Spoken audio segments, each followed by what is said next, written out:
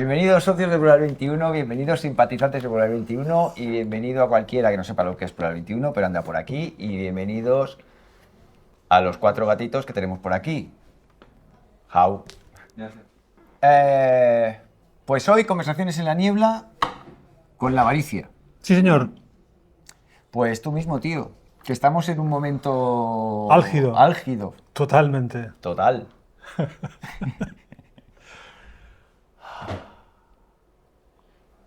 Hoy puede, si atinamos en el mensaje, puede ser bastante molesto. Pues Bastante confío molesto. en que sepas atinarlo. Y satinarlo. Sí. Bueno, de momento voy a recomendar un libro que me he traído de casa. ¿Un libro? Sí, un libro. ¡Qué horror! La creación de lo sagrado. Toma. La huella de la biología en las religiones antiguas. Hombre entre las ruinas, el tema de hoy es la avaricia. Exacto. Espera, que le hago un zoom. Un momentito. Vale. A ver, enseña, muéstralo. ¿Sí? Ahí. Pues esto. Uy, va, espera, que lo acerco un poquito más. No, ahí. La creación de lo sagrado. Venga. Exacto.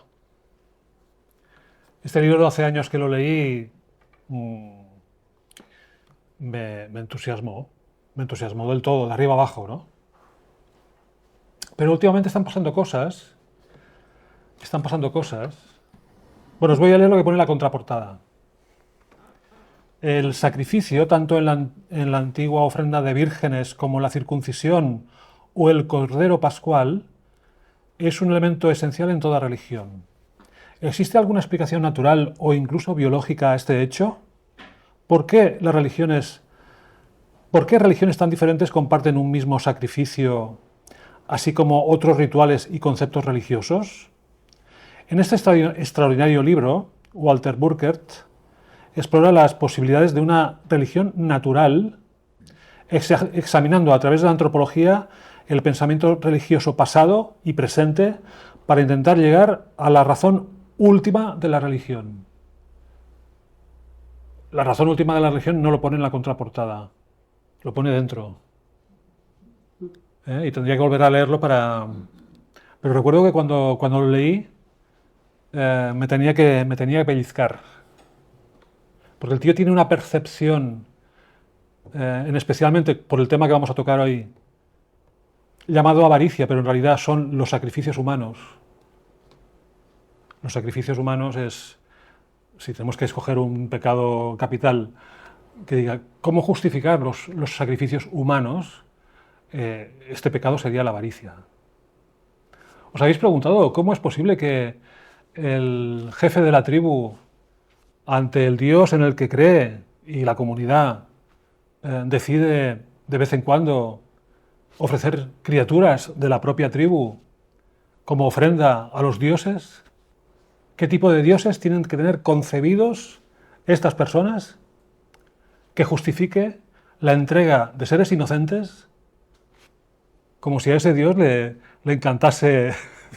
¿Qué tipo de Dios? ¿Será un Dios hecho a imagen y semejanza de la élite de la tribu?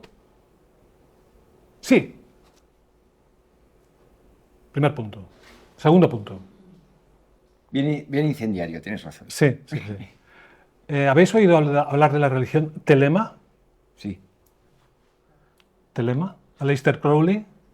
Aleister Crowley es un, iba a decir místico, pero no sé cómo llamarlo, un místico inglés que tiene o ha tenido una gran influencia en muchísimas personas y en concreto, por ejemplo, pues en Jimmy Page, el guitarrista de Led Zeppelin, en David Bowie y una lista larga de personas que en el mundo del espectáculo o de la política cultivan en paralelo ciertos elementos esotéricos. Y me vuelvo a preguntar, ¿qué dice Telema? ¿Qué dice esta religión inventada por Aleister Crowley llamada telema, que dice, haz lo que quieras. Haz lo que quieras. Bueno, pero hay que seguir la frase, ¿eh? Bueno, claro. Pero la frase es, haz lo que quieras, Sí. haz lo que quieras desde el amor, es toda la ley. No, pero él no lo dice esto. Pero coges el libro, Ujú. te lo lees Sí. y la frase es esa. Ya, pero ¿el amor por quién o por qué? Ah.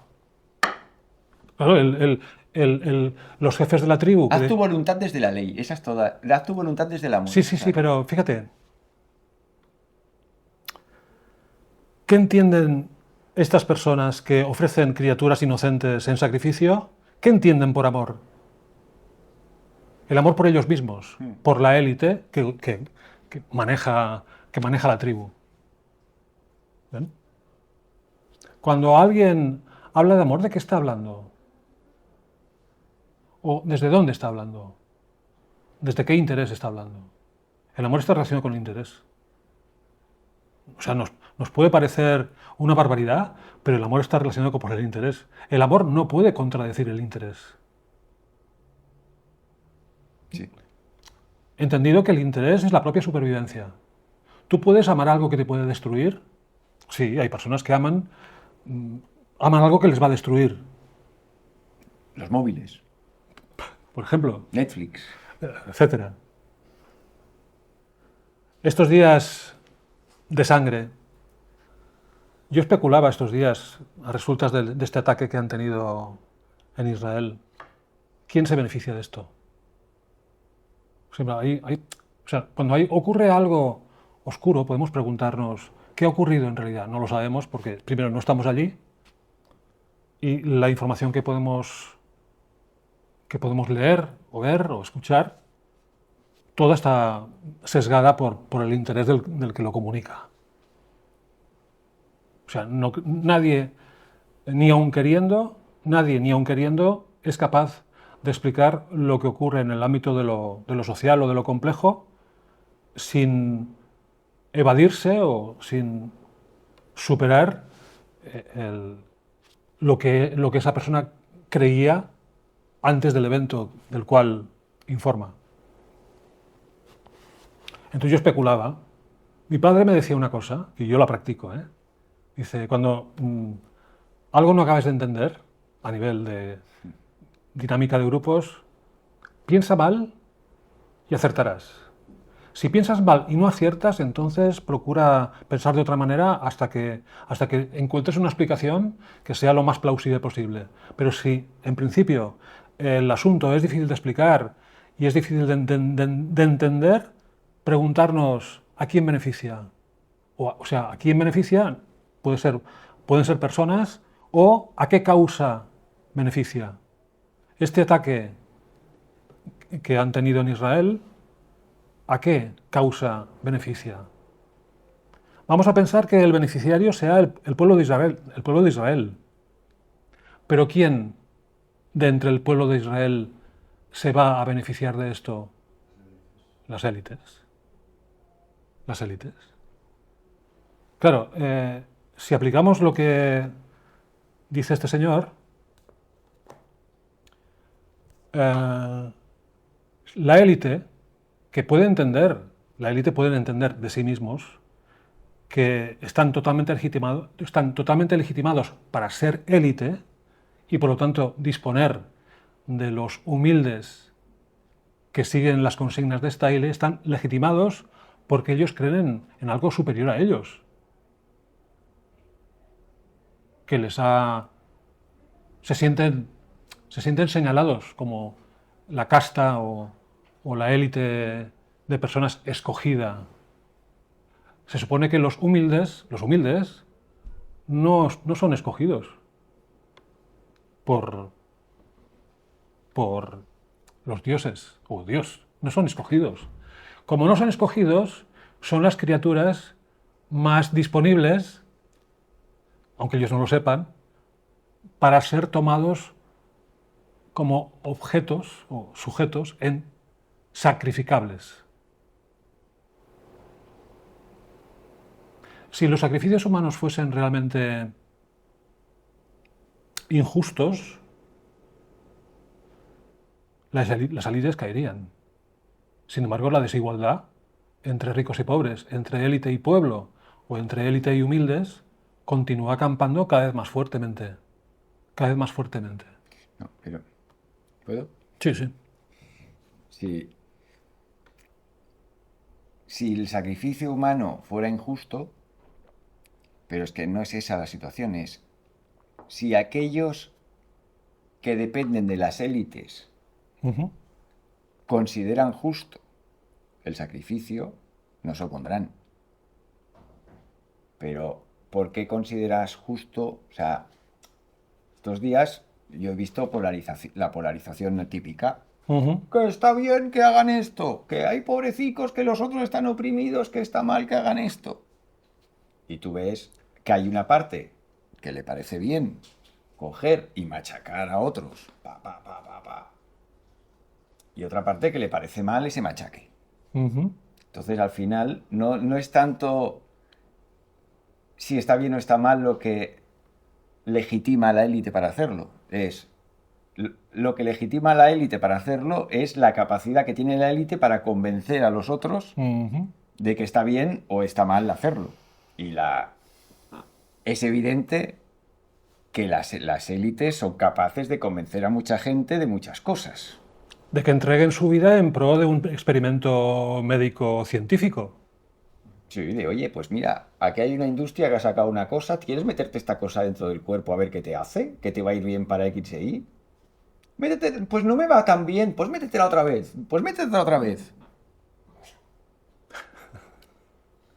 ¿Por qué? Porque la élite lo ha dicho. Y si la élite lo dice, será bueno. Ah, claro, claro. Entonces, claro. Si la élite dice que hay que hacer esto, coger y machacar a 50.000 personas, pues será bueno. Y más cuando todo lo que tú sabes sobre lo que está pasando te viene por parte de los portavoces de la élite con el sesgo de la élite, pues Sí. te parece bueno lo que sea.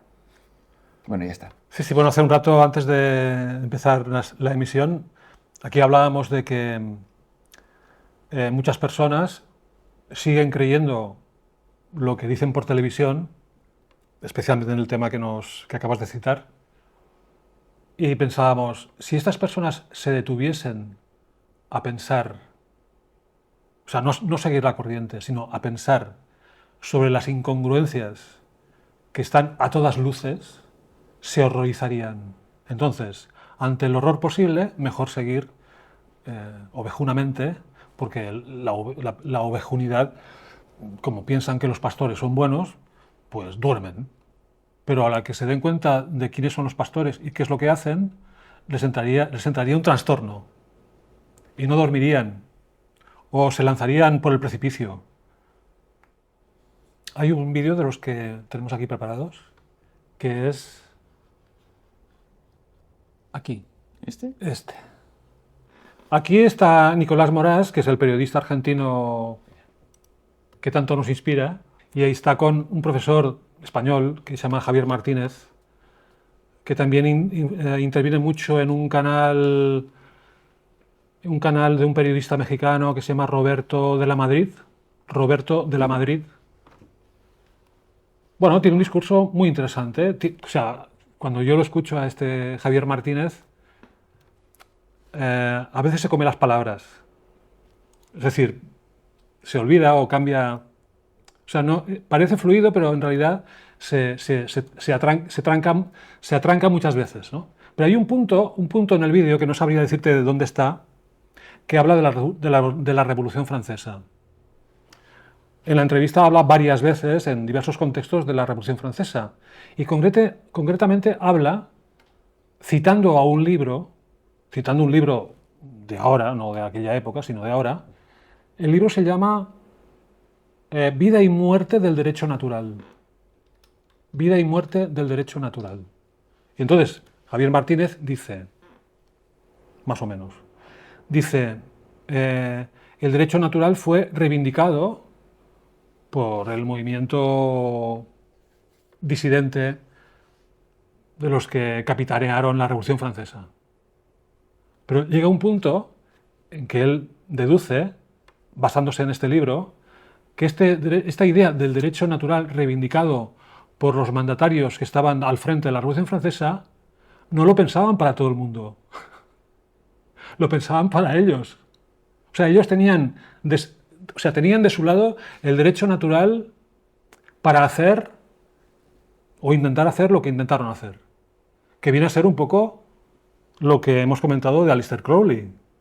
O sea, ¿quién es el seguidor de Aleister Crowley? ¿Quién es el seguidor, o quién fue el seguidor de Robespierre, que acabó después muy mal, ¿no? O de Marat, o de... En fin, el que quiere, el que está en condiciones de medrar, o sea, de subir y situarse en la élite. O probablemente el que quiere medrar y no está en la élite, pero tiene todos los números para subir, posiblemente defenderá el derecho natural para todos. Pero cuando esté arriba, solo pensará en la camarilla, o sea, en los suyos, en la élite. Y al humilde, el humilde será carne de cañón para legitimar cosas, carne de cañón. Aquí en este libro dice, o sea, lo bueno de este libro, aparte de que contiene datos históricos muy interesantes, Walter Burkert dice, la entrega en sacrificio también está en el mundo animal. Si la entrega en sacrificio es el fundamento, es uno de los fundamentos de la religión, resulta que ese fundamento también está en la conducta animal. En concreto, dice, un rebaño de cervatillos o de ciervos, ante la presencia de un depredador, ofrecen al depredador a las crías más débiles, más torpes, porque es la forma de salvar al grupo. O sea, entregan a los más débiles, incluso se deshacen de ellos con la patada. Bueno, no lo dice aquí, pero más o menos se puede entender. Porque el depredador, que no va a hacer una guerra, sino que va a alimentarse, quizás con aquellas crías que no son las más fuertes, tendrá bastante y dejará de perseguir. Y esta es la idea que el grupo de ciervos o de cervatillos, tiene en mente para poder salvar su vida. Es una visión.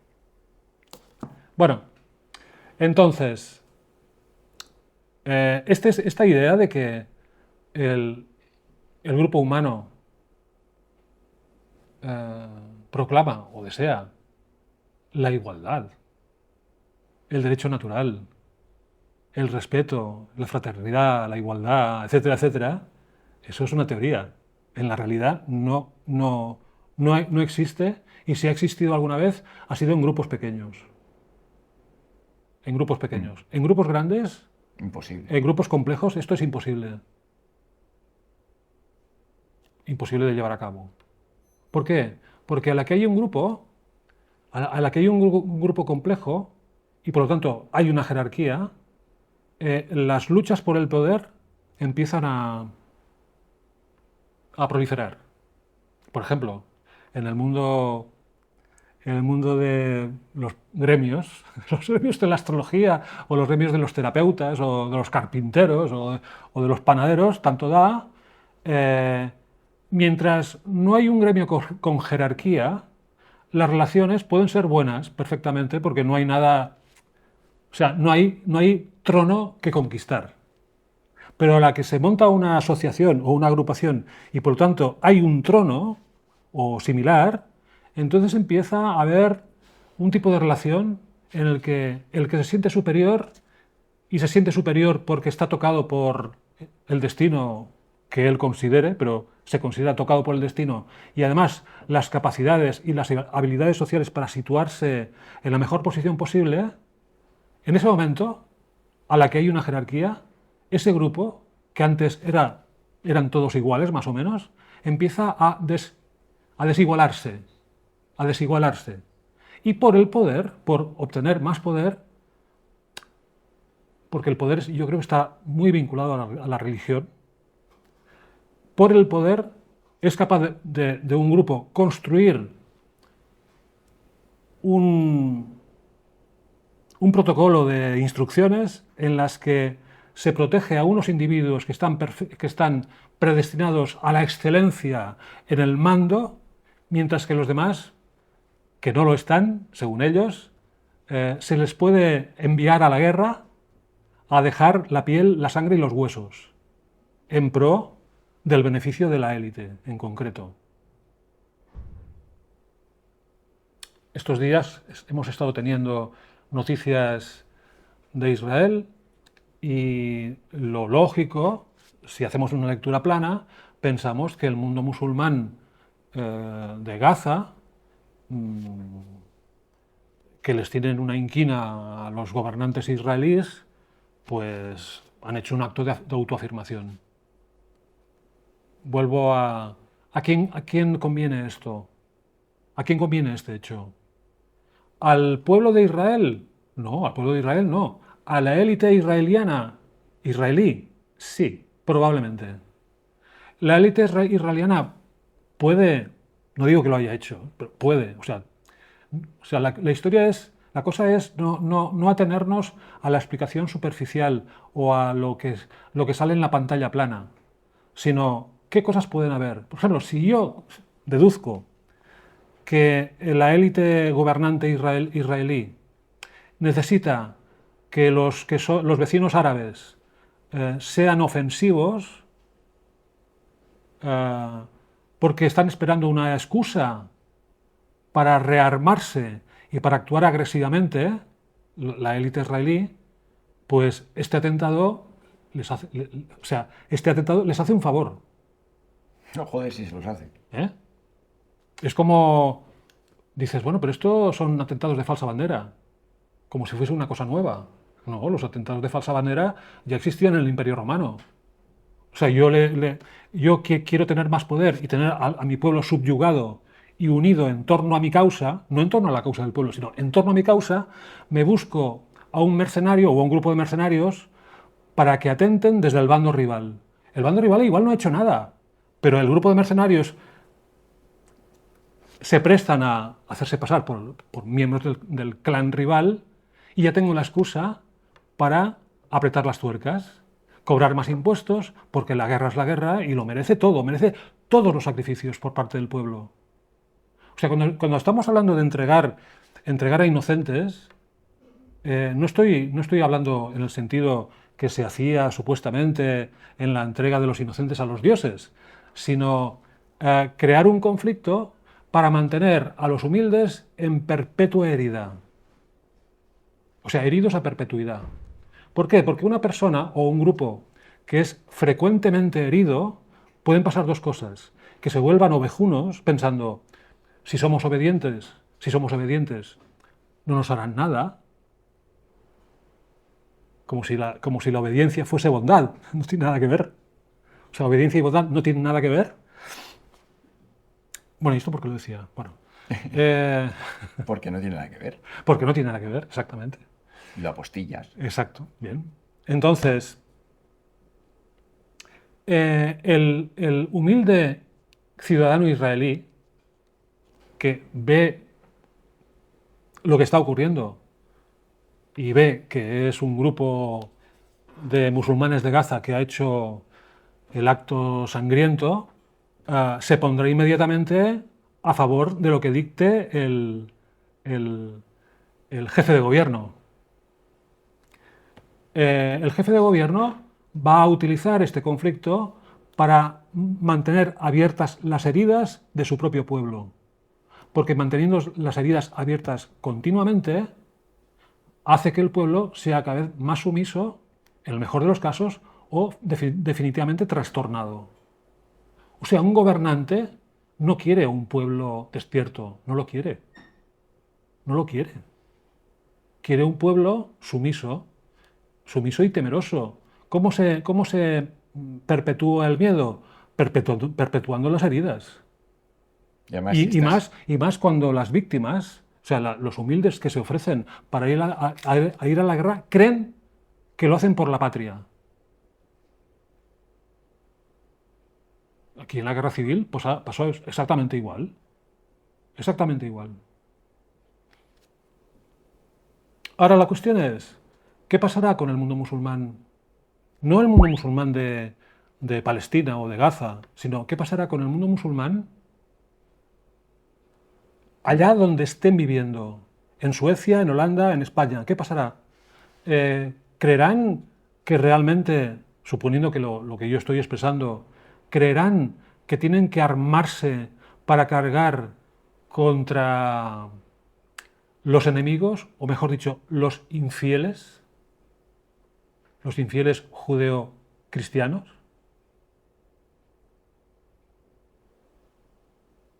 O sea, yo creo que se está preparando una muy gorda. ¿Y cómo se prepara? El miedo es la gran preparación. El miedo es la gran preparación, la gran estrategia. Ya hemos visto cómo ha funcionado con el tema de la pandemia. Hemos visto cómo funciona un poco con cierta distancia con respecto a la guerra de En el Ucrania. 11 ese que pasó, Exacto. Hiroshima que fue. El 11S, el 11M y un montón de cosas más. Hostia, perdona que te corte. Sí. Ayer vi un documental, hay un canal en YouTube que es Pachamama Flat, Ajá. y ayer colgaron un documental que hay que ver. O sea, apuntad, Pachamama Flat. Pero a ver si lo encuentro y os paso el enlace. Y te sacan las fotos de los que murieron en... Aquí tenéis el enlace. De los que murieron en el Challenger. Ah. ¿Sabes el Challenger? Ujú. Pues sacan... Hay gente en Estados Unidos con el mismo nombre de los tripulantes. Resulta que si un tripulante se llamaba Juan Pérez, dicen, hostia, pues este tripulante que se llamaba Juan Pérez, que era ingeniero, no sé qué, no sé cuántos, hostia, pues hay un Juan Pérez ahora que tiene pues 50 años más o 40 años más y que mira, compara las caras. Entonces te ponen la sonrisa a los dos y comparas los dientes. O sea, la misma profesión, el mismo nombre, la misma cara, las mismas arrugas, el mismo rictus, y empiezan a coleccionar, el documental empieza a coleccionar cosas de estas. Yo no digo que sea cierto todo lo que dice, todo lo que expone el documental, pero sí que creo que vale la pena verlo para darle un hervor a muchas cosas. Perdona, ¿eh? Hoy teníamos que hablar, bueno, estamos hablando de la avaricia, que es un pecado capital que es diferente al resto de los otros 6. Una persona puede ser perezosa, envidiosa, lujuriosa, soberbia, iracunda o gulosa, y tanto puede haber estos 6 pecados primeros, excepto la avaricia, pueden estar en humildes o en no humildes. Pero es que el de la avaricia, claro, el de la avaricia dices, tendría justificación cuando una persona tiene poder y medios de su propiedad. Dinero, propiedades. Dices, pero una persona pobre, o sea, de entre los humildes, ¿puede ser avara? Sí, sí, totalmente. Pero la diferencia, hay una diferencia. Que se va a quedar con la avaricia metida en su bolsillo. Es que la avaricia en el poderoso, para el poderoso tiene una legitimación vertical, o sea, que le viene de arriba. En su imaginario hay algo superior a él que le lleva a hacer lo que está haciendo, mal que nos pese. En cambio, al humilde, o sea, al pobre, que es avaro, esto es un misterio, ¿eh? La avaricia le viene de abajo. Sí, sí, o de forma hereditaria. Por ejemplo, el pobre, o sea, el que hoy es pobre y viene de una familia de alta alcurnia que han entrado en decadencia, heredará la avaricia que sirvió a otros para tener control y poder. Y entonces cuando a un humilde que es heredero de antiguos familiares que llegaron a un nivel de dinero y después lo perdieron por las razones que sean, el avaro pobre la traducción es mezquindad. O sea, el avaro pobre es mezquino. Dirás, pero un rico también puede ser mezquino. Claro, pero para él tiene una justificación su mezquindad, porque su mezquindad es el instrumento externo de la avaricia interna. Y la avaricia interna, en tanto que está conectado con ciertas estructuras de poder de tipo espiritual, esas estructuras de poder de tipo espiritual son las que le legitiman a hacer lo que hace y actuar como actúa. Por ejemplo, en un tiempo conocí gente de Barcelona muy adinerada que cuando los tratas parecen compasivos y empáticos. Parecen. Porque todos actúan. Todos actúan. Pero cuando tocaba hacer algo por alguien que no era de su clan, seguían siendo compasivos mientras le pisaban a fondo. O sea, aparentemente compasivos, pero profundamente despreciativos. Despreciar al otro, o sea, que está fuera de la casta, es una estrategia de defensa y de miedo también, que justifica la acumulación de riqueza y de poder y de posición social.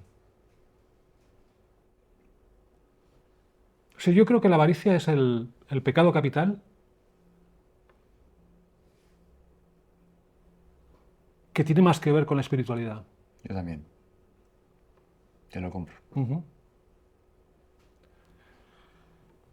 ¿Y qué es la espiritualidad? No. Por ejemplo, yo conozco personas que La están... colección más grande del mundo de Rolls Royce Sí, la tenía él. la tenía Osho. Pero también es verdad, también es verdad que eran Rolls regalados, ¿eh? Que eran Rolls que sus coleguillas le regalaban. Ajá. Que no era él que, pues dame otro. O sea, le aburro regalado. Claro, es decir, a un maestro espiritual que quizás lo que quiere es... Bueno, esto es un suponer mío, ¿no? Es decir, que para seguir el camino espiritual tienes que tener un cierto nivel adquisitivo. Ya, bueno, pues... Si no, no puedes hacerlo. No, claro, es que una persona que pase aprietos para llegar a final de mes puede ser espiritual, pero será espiritual por agobio, por desesperación. Y entonces, ser espiritual por desesperación, confiar en la divina providencia por desesperación, es antiespiritual. Sí, eso sí, pero me parece que el listón que ponía ayer era muy alto. Ya, sí. Yo no sé si todavía estará en Netflix, pero en Netflix había una serie documental que se llamaba Wild... Sobre Osho. Sí, hay una serie documental sobre Osho. No tiene desperdicio, ¿eh? Es una brutalidad, porque el documental tiene mucha miga, en muchos aspectos y en muchos temas. Pero os lo recomiendo. No sé si estará todavía en Netflix, ¿eh? Yo creo que hay dos delirios. A grosso modo, que encuentran en una espiritualidad o en la religión una justificación. El delirio del poderoso es el poder. El delirio del poderoso encuentra un Dios que le legitima. Él oye una voz de lo más alto, del Altísimo, que dice: sí, hombre, sí, estás en tu derecho a tener prosperidad. Y como estás en tu derecho a ser próspero y por lo tanto eres inteligente, porque eres inteligente y te has hecho próspero, tienes todo el derecho a dominar al que no se ha hecho rico y a utilizarlo a tu favor. Y el humilde, el delirio del humilde, que también tiene derecho a ser espiritual, es la confianza en la divina providencia y en el retorno del Mesías. Bueno, es que esto lo que acabas de decir lo linka Manuel Plana con el calvinismo y con el protestantismo. Te dice, toda esta deriva viene en el momento en que aparece, si no recuerdo mal, es el calvinismo, que te dice que si a ti te va bien en la vida y tienes mucha pasta, es que Dios está contigo. Si te va mal y eres un tío mierda que no tiene para comer, es que, Dios no va contigo. Ujú. Y entonces, claro, al tío que consigue mucha pasta, él se siente inspirado por Dios. Porque, hostia, todo me va bien. ¿Sí? Cuando puedes estar, respaldas a Dios y que, oye, te vaya bien económicamente. ¿No? Sí, sí. Y luego, bueno, es que si no... Bueno, yo creo que el espíritu del... Pues porque hay un libro de Max Weber, que es el sociólogo que yo creo que ha explicado esto mismo que acabas de decir. La Revolución Protestante y el espíritu del capitalismo. Ujú, justo. Sí. Claro, me gusta. No o sea, perdona, no lo inventan los protestantes. Los protestantes le dan forma. Le dan forma, o sea, encuentran que hay una tendencia que ya existía desde mucho tiempo atrás a legitimar al rico, por más que las religiones pobristas critiquen al rico, pero las religiones pobristas que critican al rico son las primeras en perpetuar la desigualdad.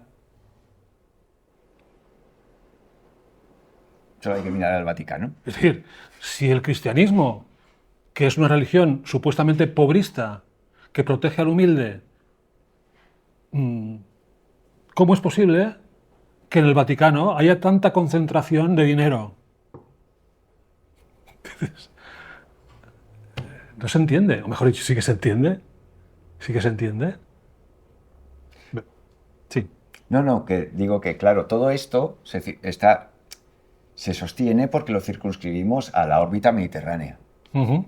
Claro, en el momento en el que empiezas a salirte de la órbita mediterránea, toda la argumentación está, habría que mirársela de nuevo. Claro. O sea, cuando si te vas a entornos shivaitas o advaitas o, no sé, te vas al Amazonas, que ahí tienen sus tradiciones y sus leyes y sus dioses y sus... Digo el Amazonas como podría decir los indios Cherokee. Ujú. Igual no lo ven tan así.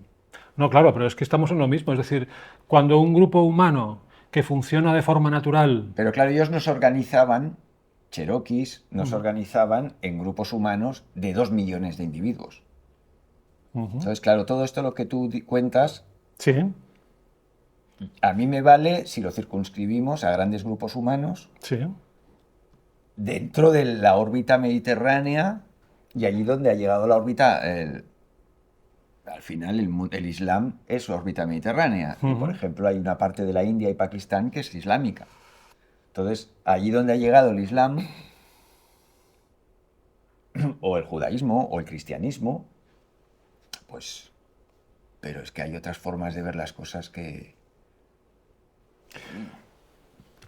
Voy a darle un poco una vuelta más. Ujú. ¿Está relacionada la espiritualidad con el carácter? Sí. Sí.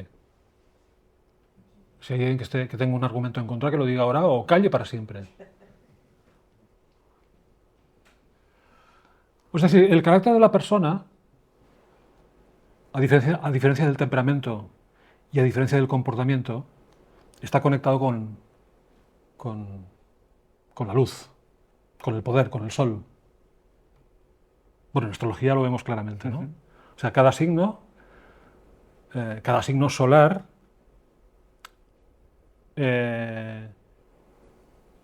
encarnado en cada persona desarrolla unas formas de funcionar, unos caracteres, unas motivaciones que no vienen de la persona, vienen del cosmos. ¿Vale? Y en el cosmos, o al menos en el sistema solar, hay planetas muy ricos, ricos porque tienen en su poder el que haya vida o el que no la haya. Y el Sol es el quid de la cuestión, porque es una estrella. Si el Sol se apaga, toda la gente que pulula a su alrededor, ¿a dónde van? A Marte. ¿A dónde van? Entonces, el signo tal tiene una legitimación en su Sol. Bueno, para el signo de Aries, la conexión con el propio instinto es determinante para poder seguir vivo. Punto. O sea, su jerarquía es su instinto. Pero para el signo de Capricornio, que es el signo del que se eleva socialmente y conquista la cumbre, eso de conquistar la cumbre quiere decir que en la cumbre solo cabe una persona. En el valle caben todos, pero en la cumbre solo cabe una persona. En consecuencia, el capricorniano encuentra en su conexión con el Sol la justificación para estar en la cumbre o para querer estar en la cumbre. Querer estar en la cumbre indica que si el resto no lo está, pues se generará una desigualdad. ¿Quién es el responsable? ¿El ambicioso capricorniano que sube hasta la cumbre o el resto que no tiene interés en subir a la cumbre? No, que la vida está hecha así. Esto. Uh-huh. Ahora, si todo va bien, espero que en 1 o 2 semanas subir la primera charla de Manuel Planas sobre el mundo tradicional a YouTube. Uh-huh. Y él te dice, a ver, si tú empiezas a observar al ser humano, te das cuenta que puedes hacer grupitos. Grupitos de bajos, grupitos de altos, grupitos de rubios, grupitos de morenos. Y hay una forma de hacer grupitos, que es aquel que tiene un motor interno que lo dirige hacia la espiritualidad, que lo dirige hacia el liderazgo, que lo dirige hacia X. Uh-huh. Otro que tiene el motor interno que lo dirige a defender situaciones, a defender injusticias, que lo dirige hacia ahí. Y entonces dice, prácticamente todas las culturas se reconocen 4 motores internos diferentes, que son las 4 castas. Uh-huh. Si hay el que tiene de dentro, de yo, a mí lo que me sale es, oye, no quiero problemas, dime lo que hay que hacer y yo lo hago. Y estos son lo que justifica los barrios tradicionales que en francés todavía se llaman quartiers, Uh-huh. que son los cuartos de las ciudades romanas. ¿Cómo se llaman las 2 avenidas principales? Cardus y Macumano, ¿eh? Sí, el Cardus y Macumano que dividían las ciudades en 4 partes. Cada una de las partes era para una de las castas, que era para los que tenían rollo de gobernante, de liderazgo, que puede ser liderazgo espiritual, liderazgo Uh-huh. terrenal. Luego estaba la otra casta, que eran los que eran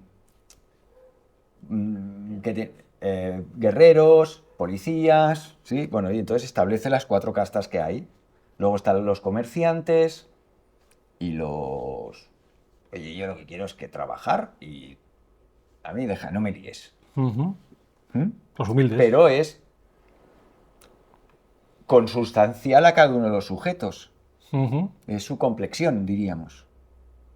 Y eso, pues está así. Y es verdad, a poco que te fijes. Que hoy sería aquí, Pedro Alves sería uno de los elementos donde están los poderosos. Pedro Alves. Pedralbes. Ah, Pedralbes, vale. Sí. Luego estarían los funcionarios, que pueden estar viviendo en cualquier sitio, pero que son funcionarios. Atención con los funcionarios. Luego estaría el comerciante, que puede tener dinero justo, o mucho dinero, pero que lo que le interesa es la interacción, porque de la interacción vive. Y luego estaría... En la interacción vivimos todos. Sí. Luego estaría el manobra, o el campesino, o el artesano. Y entonces el artesano, que es artesano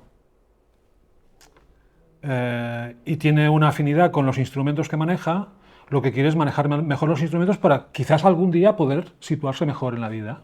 Por ejemplo, un artesano cuyo destino parece ser proseguir en la artesanía, puede organizar un taller, puede contratar gente de su mismo estatus social, ponerlos a trabajar y que le rindan a él para él situarse mejor. Vale, entonces estamos con la conciencia capricorniana. Es decir, lo capricornial, no hablo de las personas del signo de Capricornio solamente, sino una persona que tenga capacidad para desarrollarse socialmente e ir subiendo, que tenga talento, que tenga mérito, o sea, es decir, no que le regalen las cosas, sino que se empodera desarrollando meritoriamente sus capacidades. Y además es perfeccionista, y para él el perfeccionismo es el ascenso. O sea, yo si hago bien las cosas, tendrá que traducirse en que mi situación social tiene que mejorar. O sea, cada grupo entiende su mejora de formas diferentes.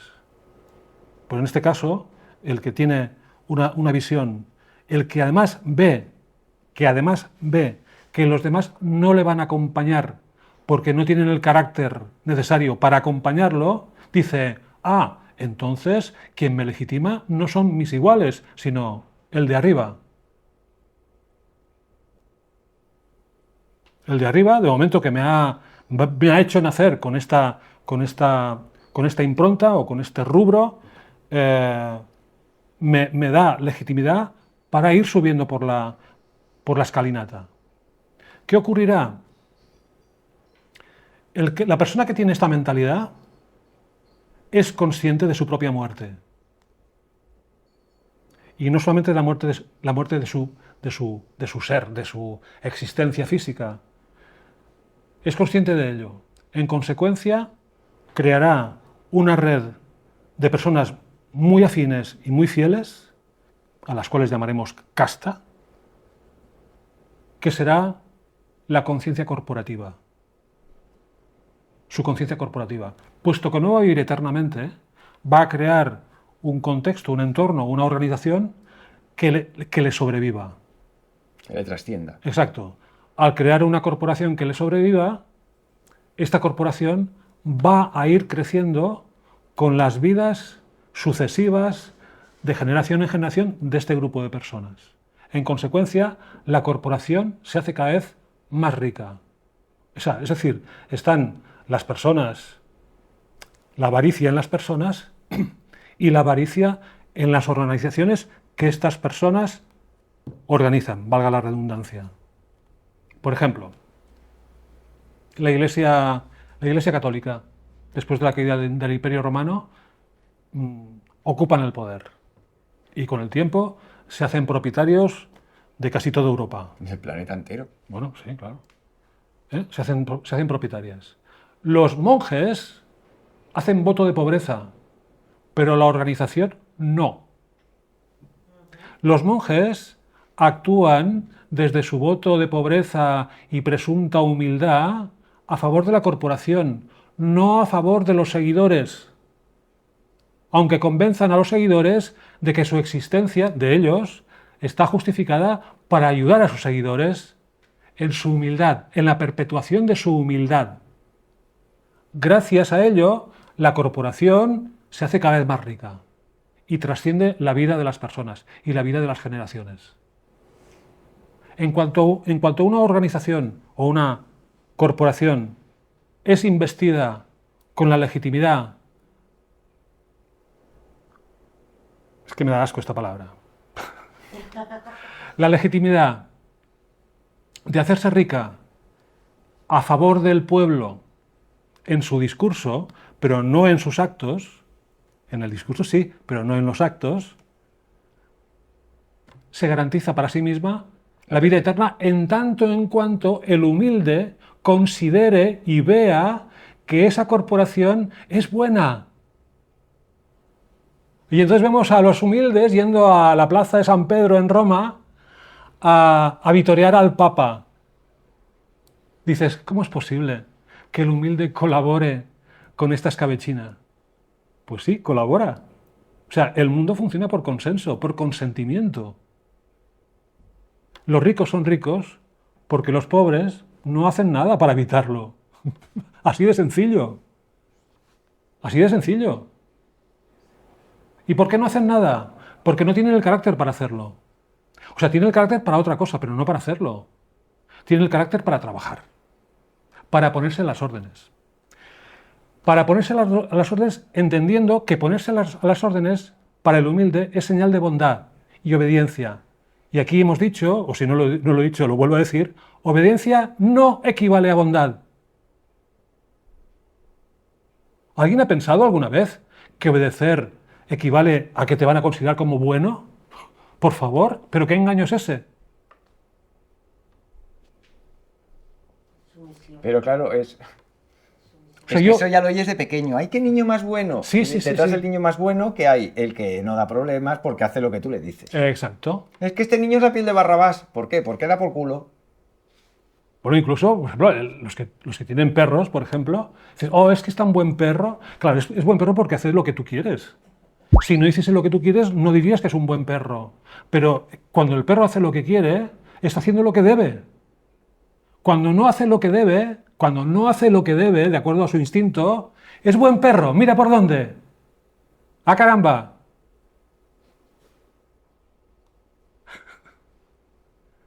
Pero qué gran engaño. Esto no es una cuestión del sistema capitalista. El sistema capitalista ha recibido esa forma de funcionar, pero eso ya existía de antes. Ya existía de antes en la medida en que hay caracteres y caracteres. Hay personas ambiciosas, son personas que son capaces de sacrificarlo todo para tener aquello que quieren, para situarse socialmente, etcétera, etcétera. Incluso si se han construido un dios que les licencia, que les da la licencia para aprovechar y explotar al humilde, perfecto, la culpa es del humilde porque se deja. O sea, es como aquello que dijo Donald Trump. Hay personas psicópatas y personas no psicópatas, y quien suele ganar es el psicópata. No fue más fuerte. Os lo he contado, ¿no? Dilo. Entrevistan a Donald Trump y le preguntan, hostia, ¿y usted cómo lo ha hecho para que le vaya siempre también en los negocios? Y él dice, bueno, hay dos tipos de personas. Los psicópatas y los no psicópatas. A los psicópatas los negocios no suelen ir bien. No suelen ir bien. O sea, el tío ya se mete ahí en el saco. Oye, a mí me va bien, tira para adelante.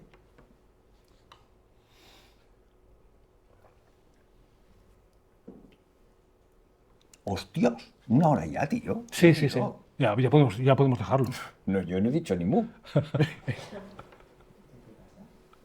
Es que pasa el tiempo. Cronos. Que llevamos una hora hablando. Cronos. Y que me ha pasado... Sí, Cronos. ¿Puedo? Sí. Claro, estos días, pensando en la avaricia, ¿vale? La avaricia es el pecado asociado a Saturno.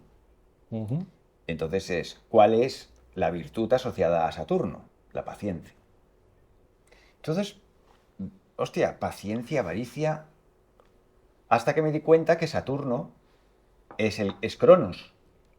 Lo que es Saturno para los romanos es Cronos para los griegos, que es el tiempo.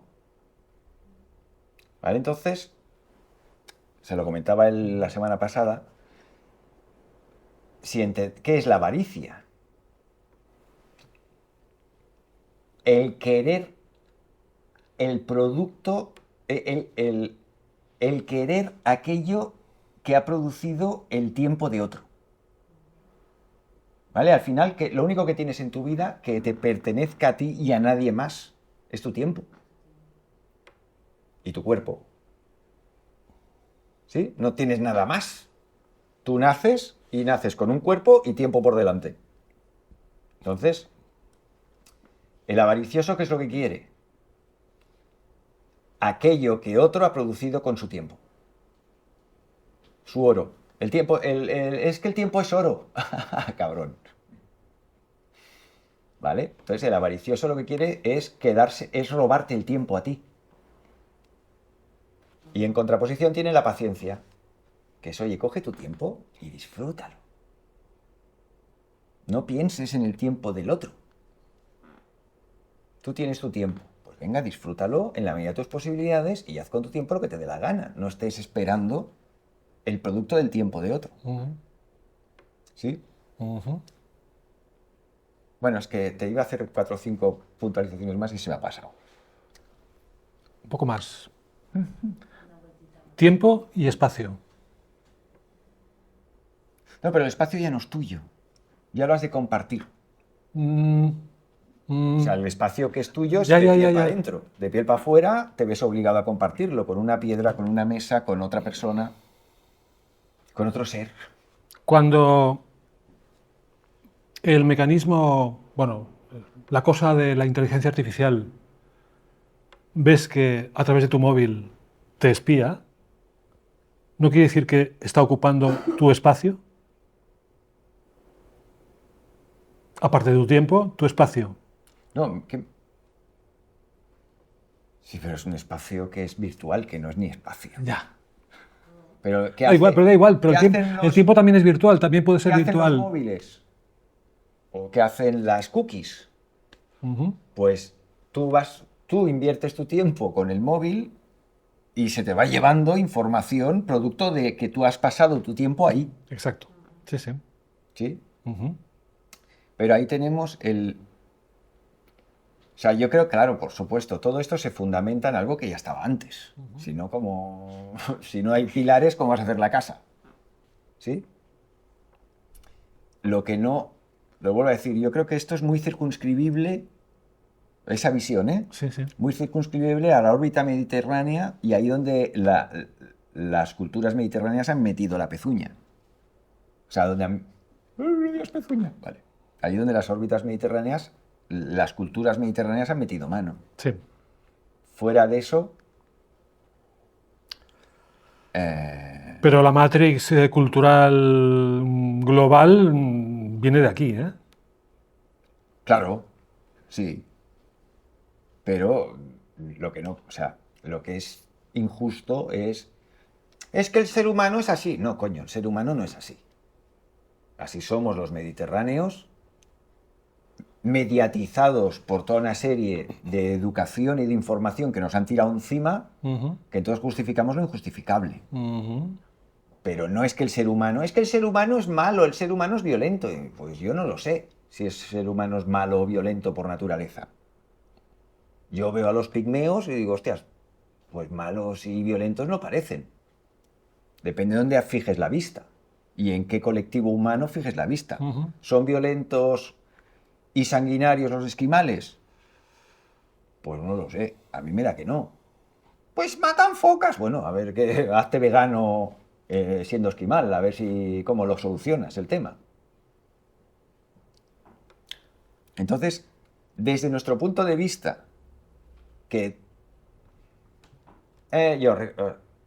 un niño lo escolarizan y le enseñan historia. ¿Y cómo te enseñan la historia? Como un collar de perlas donde cada perla es una guerra. Así te enseñan la historia. ¿Qué pasó de tal guerra a tal guerra? Pues mira, de tal guerra a tal guerra, estos reyes. ¿Y qué hizo Felipe V? Pues mira, Felipe V hizo esta guerra, esta otra guerra, se enemistó con fulanito y se enemistó con menganito. Y los franceses, pues mira, de los franceses no te cuento no te cuento nada, pero mira en la Revolución Francesa cuánta gente murió, pum, pum, pum. Entonces, claro, coño, te han explicado la historia en base a masacres, pues entonces, ¿cómo vas a conceptualizar tú lo que un ser humano hace? Pues un ser humano, los seres humanos siempre han masacrado a los demás. Es joder, si te hubiera explicado la historia en base al arte y a cómo se ha ido desarrollando el arte, probablemente no tendríamos esa visión. Ujú. ¿Sí? Sí, sí. Entonces, joder, hablas con... A mí me ha molado traer a Manuel Plana porque te ofrece la perspectiva de, espera, que no todo el mundo es como lo que hay por aquí. Que el ser humano no es que sea así. Es el ser humano formado, no es que yo tengo formación. Vale, ¿y qué formación qué es? Que te han dado forma. ¿Quién te ha dado forma? El sistema educativo. Bien, pues tú tienes esta forma y te han hecho una forma que es un tío susceptible de ser violento, de ser no sé qué es. ¿Cuándo empieza el sistema educativo? Tal y como hoy lo conocemos, en Prusia, en Prusia creo, en Austria, Bueno, trajimos aquí ¿cómo se llamaba aquel tío? Bueno, sí creo que es prusiano, ahora no estoy seguro. Hay un vídeo por ahí que lo colgaré en nuestra web. El rollo es, creo que es Prusia que se enfrenta a Napoleón. Sí. Y ahí hay una masacre que te cagas. Y los prusianos dicen, mira, nuestros soldados nos han fallado. Y se han ido por patas y no ha funcionado bien la batalla porque nuestros soldados han dicho, toma por culo. Si les comemos la olla desde pequeños a los soldados, pues esto no nos volverá a pasar en el futuro. Entonces, ¿qué hacen? ¿Cómo comer la olla desde pequeño? Pues vamos a llevarlos al colegio. Y así empieza la educación, la educación obligatoria tal y como la conocemos hoy, para formar futuros soldados. Ese es el objetivo de la educación obligatoria. Entonces, claro, cualquiera que se haya sometido a esa educación, a esa formación, termina siendo un ser belicoso, porque para eso se te formó. Ese es el origen de la formación obligatoria tal y como la conocemos hoy. Conseguir un ser belicoso y obediente al poder. Pues eso. Las leyes de educación, Mm, el registro civil mm, y las leyes de protección a los pobres mm. surgen en la misma época. El país que mejor representa esto es la Alemania, que fue fundada en 1871. Casualmente, 1871 fue el año en que aquí se instauró el registro civil. Hay relación entre las cosas. Sí, sí, nos baladí. Sí, sí. Todo responde a la agenda, en el fondo. O una agenda o una sincronicidad. Ya no hablo del cosmos, sino Bueno. hay un momento en que la sociedad llega a tal nivel de complejidad que desemboca en estas cosas. Control, educación y protección al pobre para que pueda seguir siendo pobre. El pobre, que sabe que el Estado le protege, ¿para qué va a mejorar en su vida? No, no le hace falta, porque piensa que papá Estado le protege. ¿Para qué va a transgredir su propia condición para elevarse socialmente? Pues, ¿para qué? O sea, el Estado sirve para que el pobre pueda seguir siendo pobre. Y de paso, si sale violento y se quiere hacer policía, Mossos d'Esquadra o militar para conseguir más pasta, de puta madre, ¿vale? O sea, funcionario vigilante, al servicio del pueblo. Hay otro vídeo por ahí que he encontrado estos días, que son dos chicas musulmanas que hablan castellano, que hablan, bueno, vamos a ponerlo, que no me acuerdo cuál es. Alaikum salam. Bueno, muchas gracias primero por invitarme y porque es el primer podcast que hago. Y bueno, yo soy básicamente una mamá, esposa, hija musulmana. Me dedico a la doma equina y empecé en redes sociales pues un poquito porque quería contar desde mi perfil, porque yo pienso lo que pienso y nada más, la verdad. No es por seguidores ni nada que se le parezca, es simplemente para compartir mi visión del mundo, no mi visión, sino mi opinión sobre acontecimientos que ocurren en el mundo y por qué tengo la opinión que tengo, que en su mayoría pues no va con el discurso políticamente correcto. Lo ponemos para que si tenéis curiosidad lo veáis en casa tranquilamente, porque son 1 hora y 20. Pero yo lo he escuchado y todo lo que dicen estas dos chicas, en la diversidad de temas que tocan, son los mismos que tocamos aquí de la misma manera. Dices, y a un paso más y nos hacemos musulmanes, ¿no? ¿Y por qué, o sea, por qué razón nos deberíamos hacer musulmanes? Porque el Islam tiene más futuro que lo que queda del catolicismo en este país, entre otras cosas porque el nivel de natalidad está bajando, ahora es menos de 1, 0,90, 0,90 y tanto. 0,90, es decir, las parejas de por aquí no llegan a tener ni un hijo, pero en cambio las parejas de musulmanes y musulmanas que están aquí tienen 3, 4 hijos. Solo hay que imaginar nuestro contexto, Barcelona, dentro de 10, 20 años. Vale, entonces, me pregunto, estas dos chicas, lo que dicen aquí, ¿es representativo de lo que piensa la comunidad musulmana?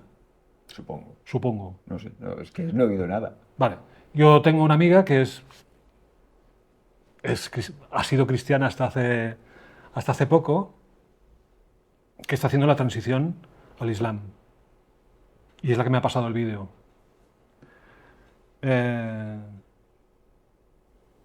Y me explica cosas. Dices, los musulmanes la mayoría no se han leído el Corán, No, ¿no?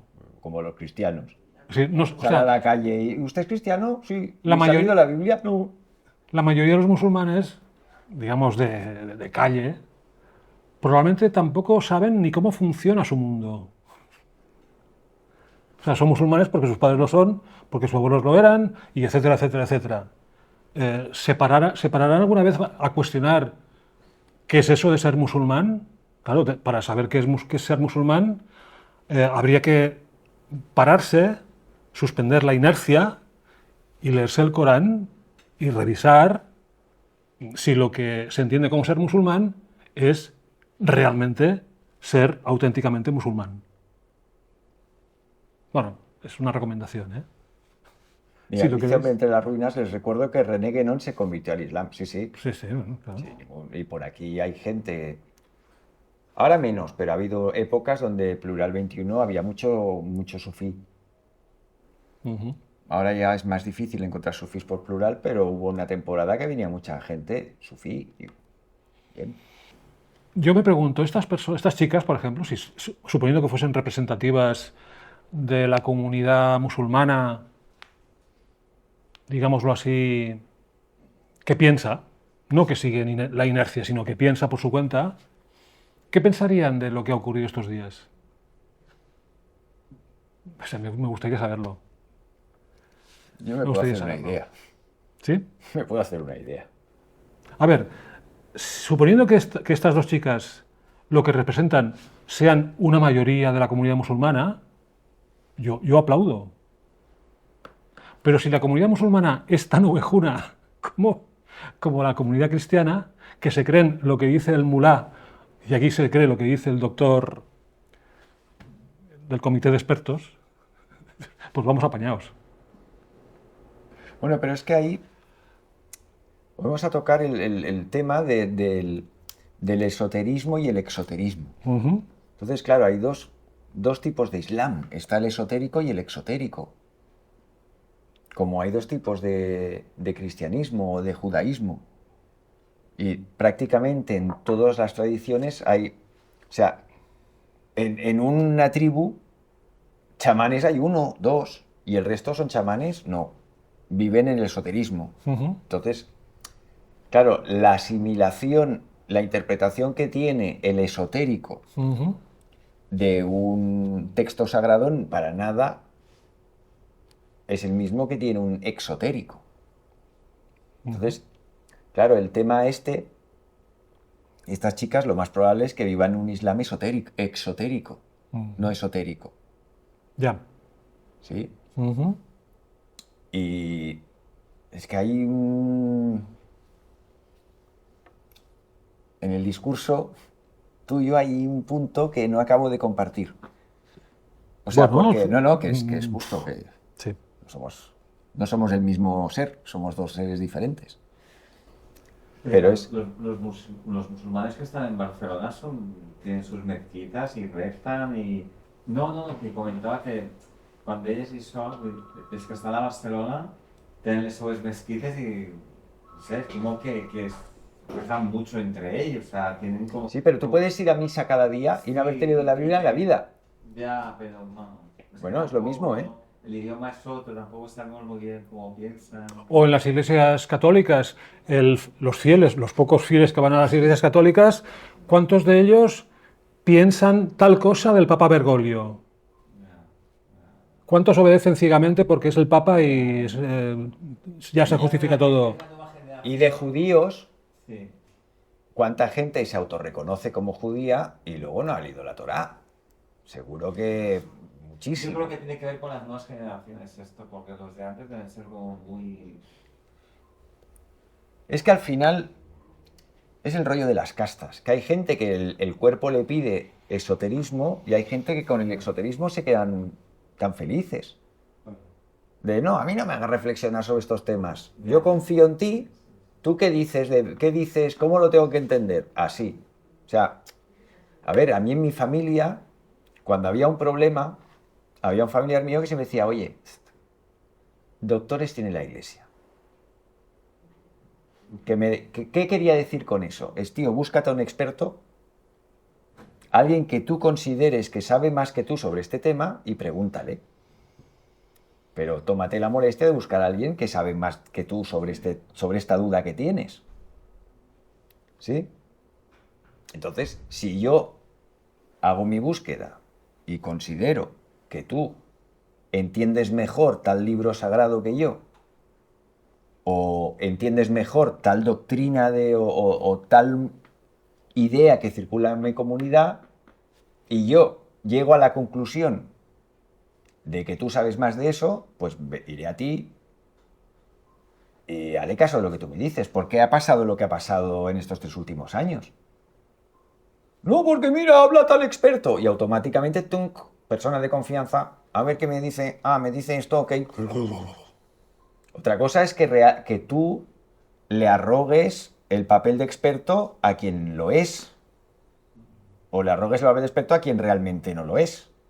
Y luego, si tú le arrogas el papel de experto y le entregas tu confianza al experto, también habrá que ver, y realmente ese experto también habrá que ver las intenciones que él tiene. Que te puede ser muy experto y ser un auténtico cabrón. Sí. Es que es por eso debes de tener siempre una referencia en ti mismo de alguna manera. Porque hay una frase de Gurdjieff, que era un místico, que decía, una religión puede ser una autopista que te lleve a un sitio, a ser más feliz, o a Dios, o lo que quieras, o un policía. Entonces, claro, si tú siempre estás viendo... Vale, entonces, ¿qué nos ha pasado en el Mediterráneo? Que las religiones se han convertido en policías para casi todo el mundo. Pero fuera del Mediterráneo no puedes decir eso tan fácilmente. Pues hay sitios que sí. Hombre, sí, hay sitios que sí, pero hay sitios que no. Lo cual demuestra que el ser humano, no todo el ser humano funciona así, ni todas las religiones son así. Pero, a ver, las formas pueden cambiar, y bastante, incluso sea difícil de reconocer una comparativa, pero por lo que yo conozco un poco del budismo en Tíbet y tal, no deja de ser un poco parecido, lo que pasa que, es decir, las élites son las élites, y al mantener esas élites lo puedes revestir de argumentos muy diversos. Sí, pero al final salte de grandes colectividades. ¿Vale? Yo he dicho, esto te lo compro para grandes colectividades y dentro de la órbita mediterránea. Pero salte de las grandes colectividades y vete a los arahuacos. Que no, pero coño, ¿son seres humanos los arahuacos? Sí. ¿Tienen su tradición y su propia y su cosmología y su cosmogonía? Sí. Para nada es lo que él dice. O sea, porque hay entornos donde de forma intuitiva, desde la relación con el otro, te das cuenta que el otro sabe más de un tema que tú. Y entonces es natural que tú te acerques y dices, oye, veo que tú sabes mucho sobre esto, ¿me ayudas a esto? Pero eso es, la diferencia lo marca la persona que ejerce esa autoridad espiritual y tú como receptor. En el caso de una comunidad pequeña, pues cogemos el chamán de ese tribu que son 50 y evidentemente el hecho de ser chamán implica que hay una voluntad de servir a la comunidad y tal se supone. Pero ¿cuántas veces hemos visto que eso ha implicado una manipulación? Sí. A ver, que yo no estoy idealizando nada. ¿Vale? No, hombre, el ser humano, flos y violas y rumanis. Pero tampoco hay que demonizarlo todo. O sea, tampoco hay que dar por sentado que todo... Sí, y que hijos de puta hay por todas partes. Y buena gente hay en todas partes. Y soy el primero que compra que de buenas intenciones está adoquinado el camino al infierno. ¿Vale? Porque, oye, ¿cuánta gente en los últimos 3 años ha consumido el producto este industrial que aseguraba que con una sola toma, que luego fueron 2, que luego fueron 3 y que ahora todavía están de ponte la sexta? No, yo es que no veo la sexta, yo veo Telecinco.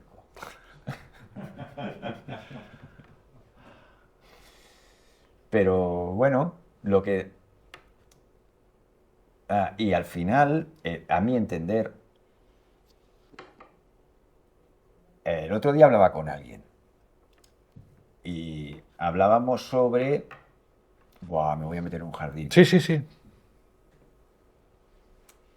Desde la perspectiva de Hammer, de la nueva medicina germánica, desde esa perspectiva, desde la perspectiva de la nueva medicina germánica,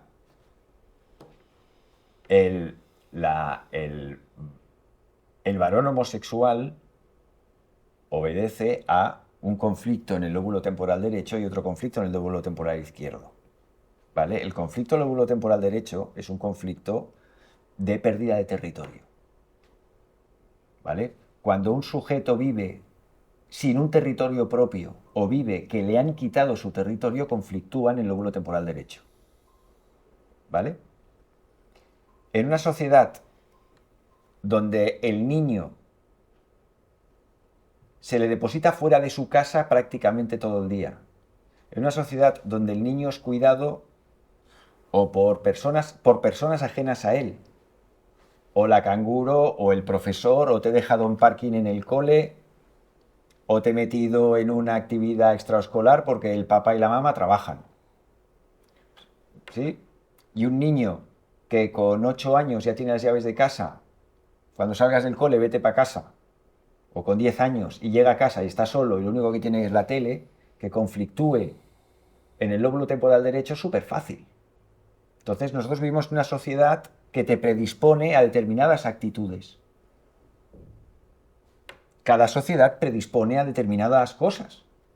Si hay una sociedad donde a las vacas no se les toca, pues eso no es, mira, en este pueblo a las vacas no se les toca, no, pero eso condiciona más cosas. ¿Sí? Entonces, claro, con las gafas de occidental te dan una sensación, pero cuando te das cuenta que en el mundo hay muchas más gafas, hostias. Entonces tu discurso con gafas de occidental, 100%. Pero claro, cuando hablas con alguien que no lleva gafas de occidental... Pero, por ejemplo, en el mundo occidental están los testigos de Jehová y, Sí. y los mormones. Sí. ¿No? Sí. No, lo que quiero, o sea, en realidad el tema es que cuando una sociedad es más masiva y compleja y profesan todos, entre comillas... Espera, perdón. Sí. Entonces, ¿a dónde yo iba? Ujú. Dentro de pequeños colectivos es fácil que el mismo colectivo reconozca quién vale para mandar. Ujú. ¿Vale? Hay 40 personas o 50 y al final, con el roce, con el trato, te dices, hostia, fulanito, para liderar, vale. ¿Por qué? Porque es empático, tiene pronto, tiene no sé qué, entonces Carisma, hay sociedades carisma. donde se organizan en torno al líder natural. Existe ese concepto. Ujú. Existen los líderes naturales. Hay gente que sirve para eso y la gente que está en su entorno lo ve. Probablemente cuando llegó el hombre blanco a esas civilizaciones, se jodió el invento. O sea, Bueno, es allí donde el occidental ha metido la pezuña, pues ahí y allí donde el occidental no ha metido la pezuña nunca se estropeó nada, por supuesto que seguramente también. Pero allí donde el occidental ha metido la pezuña, 90% de probabilidades de que se vaya todo a tomar por saco. Y cuando ¿dónde no encuentras ese tipo de historia? Allí donde el occidental no ha metido la pezuña o en pueblos que se han organizado de un modo en el de, no, tú occidental a tomar por saco. Los Amish. Ujú. De, oye, a mí el occidentalismo te lo quedas ahí a mí, déjame con mi carrito a mi rollo. Yo no sé si los Amish entre ellos se putean mucho. Seguro que sus roces hay, como en toda relación humana, hay roces y momentos buenos y momentos peores. Pero, o sea, no es que... esto es cultura occidental, ¿eh? Los Amish. Sí, pero no es la cultura occidental mediatizada. O sea, el Amish tiene una diferencia respecto de nosotros. ¿Quién educa al niño Amish? ¿Quién educa a tus hijos? El profesor que ha pasado unas oposiciones y que está en el colegio este. y que te va a explicar lo que el temario oficial dice. Hostia, hay una diferencia. Te están formando un individuo diferente, le están dando una forma diferente a ese individuo. Dentro de la cultura occidental también hay... Que sí, que es una generalidad todo lo que estoy diciendo. Que ya te he dicho, dentro de la cultura occidental habrá un 20% que se salven, pero fuera de la cultura occidental probablemente hay un 20% que no se salven. Por supuesto que hay mierda en todas partes y buen rollo en todas partes. O sea, aquí dentro de plural de vez en cuando hay roces, coño, en cualquier sitio. Pero de eso a que, pues ahora te tiro 4 misiles, pues espera que ahora te tiro 18. Hostia, no jodamos, no nos podemos sentar y hablar y comentar. Y llegar a un acuerdo. Entonces, claro, cuando hay se sientan a hablar, uno tiene todo el armamento militar a Estados Unidos y el otro tiene todo el armamento militar que puede trapichear dentro del mercado negro de armamento militar, hostia, pues ahí hay una descompensación a la hora de sentarse a negociar. Cuando uno tiene sus billetes del país con la cara del barón de Rothschild puesto en el billete más grande del país y el otro todavía va en base a trueque, hostia, pues a la hora de sentarse hay una diferencia negociadora. Bueno, pues eso. ¿Y si nos hacemos cuáqueros? Es que no tengo muy claro lo que es el fenómeno cuáquero, te lo digo de verdad, lo he visto varias veces, pero nunca me he metido... Seguramente Cuáqueros. serían comparables a los Amish. Hay una conferencia en YouTube de Antonio Escotado que se llama Las sectas comunistas en Estados Unidos. O sea, que es el tejido social inicial se compuso en base a grupos pequeños. Y estos grupos pequeños lo compartían todo. Educación, alimentación, agricultura, industria. Y la cosa se empezó a fastidiar cuando la élite gobernante de Estados Unidos empezó a aprovecharse de la masificación para imponer sus criterios y no el de los grupos pequeños. Entonces, el grupo pequeño protege la individualidad y el grupo masificado la desprotege totalmente. ¿Perdón? ¿El grupo pequeño? El grupo pequeño protege la individualidad. Claro. Y el masificado al final lo que La quiere es raza, seamos todos unos la y raza. venga por esos. Sí, sí. La raza. Ujú. Y el que no es como y el que no accede a ceder su individualidad, palo en el culo, pam pam. Sí, sí. Multa o cárcel. O sea, en el grupo pequeño la individualidad, o sea, el desarrollo de la individualidad es el germen del potencial de la comunidad. En cambio, en el mundo masificado, la individualidad es un enemigo. Claro. Claro. Porque todo va muy vinculado a la mentalidad belicista. Es decir, la mentalidad belicista, que es la predominante, digo, que es la única, necesita disciplina y orden. Bueno, es que... ¿Y de qué va el colegio? Yo me acuerdo cuando yo era pequeño, en el colegio teníamos que formar fila antes de entrar a clase en el patio. Y luego ves cómo celebran la jura de bandera en un cuartel y dices, hostia, así me hacían poner cada mañana a mí para entrar a la clase. Y encima, en mi caso concreto, nos teníamos que poner así, en fila india, poner así y con la punta de los dedos tocar al de adelante. Y el de detrás, con la punta de los dedos, te tocaba.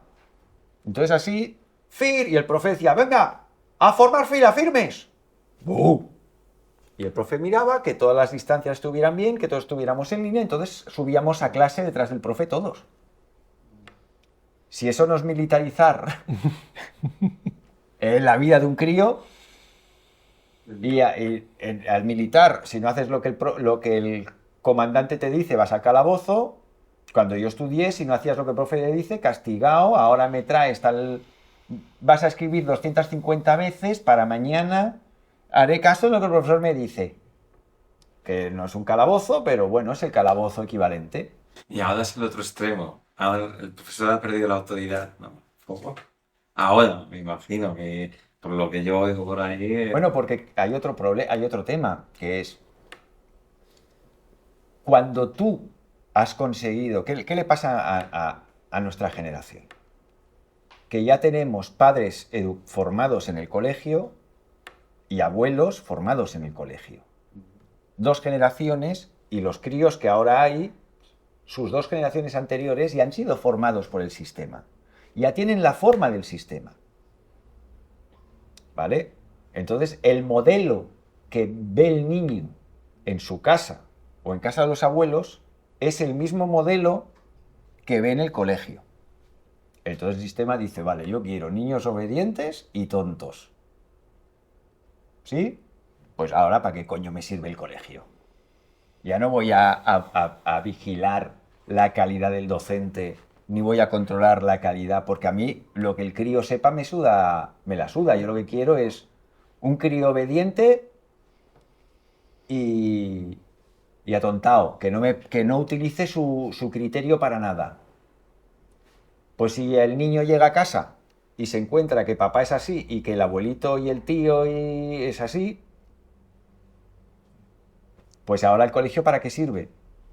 Para acabar de atontar al crío, para acabar de quitarle todo el criterio. Un día me viene mi hijo y me dice, papá, que ahora en el colegio la profesora este año con el rollo de trabajos, ¿cómo se llama esto? Treball per projectes, temas por proyectos. No sé cuál es el nombre técnico, no me acuerdo ya. Sí, sí, no, estamos así. Trabajo por proyectos, ¿no? Entonces dice, papá, Competencias básicas, no hay asignatura, competencias básicas. sí, pero luego dentro de las asignaturas... Bueno, esto en el colegio, en primaria. Y dice, papá, llega el profe, te dice, venga, para la semana que viene iros mirando... Me lo invento. La Revolución Francesa. Y al final, ¿a qué lleva eso? Esto me lo hizo ver mi hijo, ¿eh? A que el profesor sea la Wikipedia. Porque tú, ¿qué crees que hace? Digo yo, me dice él, ¿yo qué hago?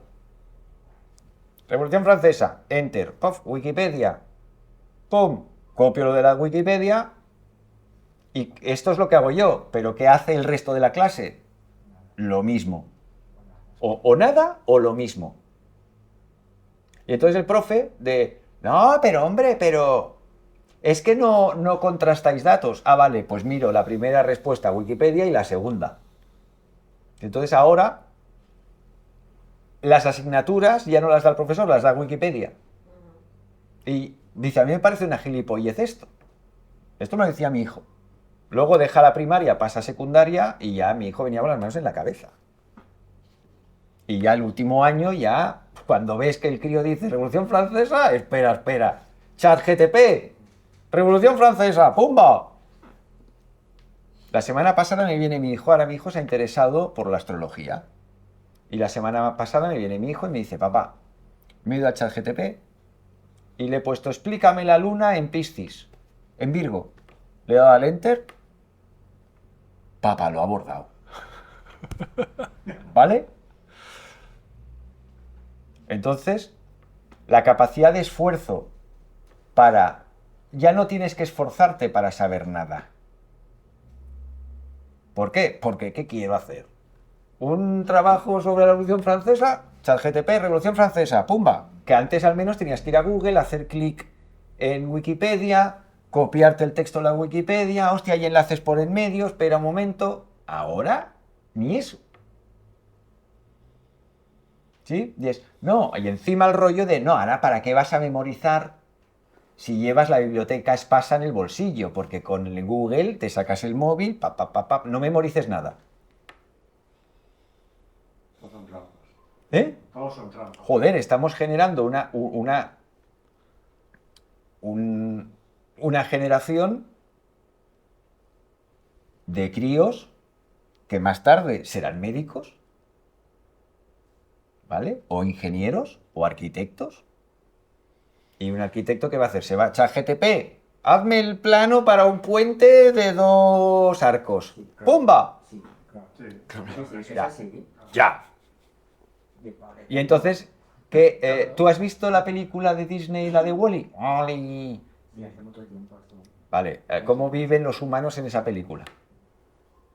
Sentados en una silla todo el puto día y con el batido del Tito Gates, que es un batido de zumo de gusanos con grillos. Vete a saber de qué es el batido ese. ¿Vale? Pero es esto. Y pues un día mi hijo me dice, papá, hay algo que no acabo de entender. Y no lo acabo de entender porque no me parece justo. Digo, ¿qué pasa? Dice, a ver, en mi clase, desde que soy pequeño, que en clase van habiendo niños con necesidades especiales. Porque el que no tiene TDA tiene TDAH, el que no tiene TDAH tiene trastorno de espectro autista, el que no tiene trastorno de espectro autista tiene no sé qué. Y claro, mis hijos desde primaria esto lo tienen en la clase. Llegan a secundaria y en secundaria es tú no te preocupes, te vamos a hacer un examen más facilito y te vamos a dar media hora más de examen. Entonces te hacen un examen especial y te dan más tiempo. Y tú sacas un 9. Y el niño que tiene un examen más facilito y le han dado más tiempo, que saca un 9 en el examen. Al niño al que le has hecho el examen chungo y le has dado el tiempo justo, te saca un 9 en el examen. Vale, los 2 9 son 2 9 y valen igual. Entonces mi hijo me dice, papá, luego ese chaval va a tener más nota que yo en el expediente académico. Digo, bueno, mira, pero tampoco es trascendente. Esto en la universidad no funciona así. Este año mi hijo ha entrado a la universidad. No. Y me viene la primera semana y dice, papá, ¿te acuerdas un día que hablamos de esto? Sí. Que tú me dijiste, hombre, en la universidad no funciona así. ¡Pah! Tonto, tira para adelante. ¿Cómo que no funciona así? Y yo digo, ¿cómo? Espera. ¿Que esto también ha llegado a la universidad? O sea, que van a salir licenciados en Derecho, licenciados en Informática, licenciados en Física, en Química, en Ingeniería, que han tenido exámenes más facilitos y más tiempo de examen. ¡Hostias! O sea, que puede ser que yo llegue a un médico que se haya sacado el MIR y tal, porque le han hecho un MIR especial para él y le han dado más tiempo para que haga el MIR. ¿Y ese médico me va a tratar a mí? O cuando yo vaya a un arquitecto y le pida que me haga los planos de la casa oye, tú arquitecto, ¿tú tuviste TDA o tenías algún trastorno autista o algo así? Porque si no, casi igual me lo pienso y me lo hace otro arquitecto. ¿Ah? ¿Discriminación? Y aún va el arquitecto al juez y aún el juez te dice, pues ahora por discriminar a este tío le pagas y ahora por cojones te va a hacer el tío la casa. Y tú le pagas una multa al tío y otra al Estado por discriminar a ese tío porque el pobre... Es que es muy heavy. ¿Ves cómo me iba a meter en un jardín? No, pero te has metido muy bien. Soy el que como los jardines, macho. Y hablando de la avaricia, porque parece que nos hemos olvidado del tema. Bueno, no, yo quería comentar un poco que se ha hablado de la avaricia relacionada con el poder. Pues no tiene por qué estar relacionada con el poder. Quiero decir, que una persona igual puede almacenar dinero y a lo mejor no ejerce poder con ese dinero. No podría darse el caso, bueno, al menos la famosa novela de El avaro de Molière funciona así, ¿no? No tiene poder ese señor. Y luego... no Sí, o el tío Gilito, que solo quería las monedas de oro para llenar una piscina y poderse bañar en la piscina.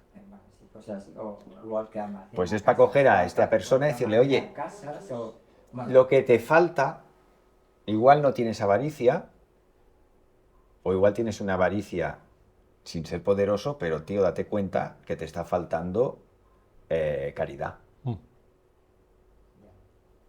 Porque si coleccionas billetes, no, es que a mí lo que me mola es tener miles de monedas de oro en casa. bueno, supongo. No para gastármelas, por tenerlas. No, supongo que no es que le mole, es que tiene miedo, o no sé, o le da seguridad, o no sé. Bueno, pues es cuestión de, tío, Y míratelo. luego, no sé, hay otro punto sobre la avaricia de los pobres, no sé, yo lo veo así, que es el síndrome de Diógenes, Ujú. No es una especie de, Sí, sí, sí. de Sí. avaricia y es para los pobres, más pobres de los pobres de los pobres. Claro, y Para que tal. llegan a almacenar hasta papeles estos. Bueno, es una enfermedad, es el uno Sí, perdona, es que no sé, no sé si os llega la voz. Una enfermedad porque como son los pobres, Pero los es que- ricos no es enfermedad. Pero es que son... O yo tuve una paciente que coleccionaba las uñas que se cortaba. Las coleccionaba en un bote, pero desde que Franco era corneta. Igual llevaba a la chavala almacenando uñas durante 30 años. ¿Y para qué guardas eso, tía? Mira, porque empecé a hacerlo. Bueno, vale. Déjame que cuente otro caso. Una chica que era lo mismo, pero con el pelo que se había cortado. Cada vez que se cortaba el pelo, a un saco. Espera. Entonces, hablando con ella, no, esto es lo que quería decir. Hablando con ella sobre este tema, me decía que, ¿de dónde te ha salido esto? Dice, claro, es que a mí cuando mis padres trabajaban, me cuidaba mi abuela. Mi abuela me explicaba, igual que la mía me explicaba, cuentos e historias de la guerra. Que mira que en la guerra civil yo viví esto. Pues a la chica le pasaba lo mismo. La abuela le contaba historias. Y entonces la abuela siempre le decía, tú, hija mía, tú piensas que yo, cuando acabó la guerra, vendía mi pelo para hacer pelucas. Y comíamos gracias a vender mi pelo. Cuida mucho tu pelo, porque el pelo es dinero. Entonces la chavala, cuando se hizo más mayor, se le metió aquello a láser metido en la frente y coleccionaba todo el pelo que se había cortado durante décadas. Y claro, la tía llevaba un pelo súper largo. Claro, lo dejaba crecer y cuando ya llegaba al culo, a la saca. Y ahí tenía ella sus acciones en pelo, ¿vale? Su pequeño tesoro. Y decía, claro, es que para las mujeres no somos conscientes de que el pelo es oro, es dinero. Y a mí, yo esto lo he mamado desde pequeña, y claro, Acciones en pelo. acciones en pelo, lingotes de pelo, Y me parece que había el pelo de... el pelo del hortelano. Había el pelo de las chicas de jóvenes de 16 años, rubias, que se utilizaba especialmente para medir la humedad y te pagaba la tira, ¿eh? Si eras chica, joven y rubia. No sé si lo estáis oyendo, dice que antaño se compraba el pelo de las chicas, el pelo largo de las chicas rubias para hacer medidores de humedad. Sí, que es el muñequito este que levanta el dedo según la humedad. Sí, exacto. Lo que lleva es crin de pelo por detrás, crin de caballo. Entonces supongo que los de alto standing no debe ser crin de caballo, debe ser pelo de chica rubia de 16 años. Yo siempre he entendido que era de chica, no de caballo, sino de chica, de humano. Sí. Bueno, yo tenía entendido que el fraile este que levanta el dedo, yo tenía entendido que era crin de caballo. Pero que bueno, que este tipo de medidores, los higrómetros estos, hay miles. Por aquí, por Cataluña, circula ese. Pero hay más. ¿Qué ibas a decir tú? No, que la tendencia es que la riqueza cada vez en el futuro estará en pocas manos, ¿no? Es como que cada vez la tendencia va más esto.